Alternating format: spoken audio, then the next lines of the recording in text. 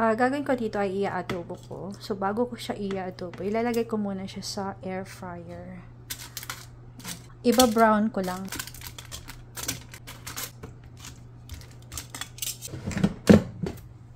Igigisa na natin siya.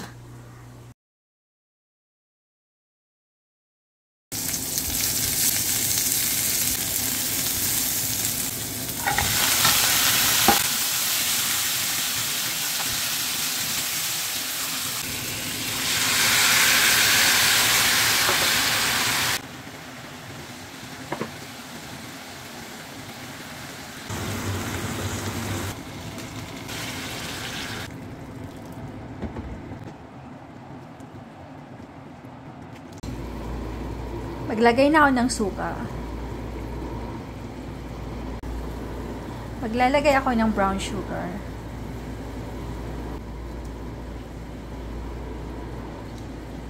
Takpan lang yan at pakuluan pa ulit hanggang maging malambot yung karne.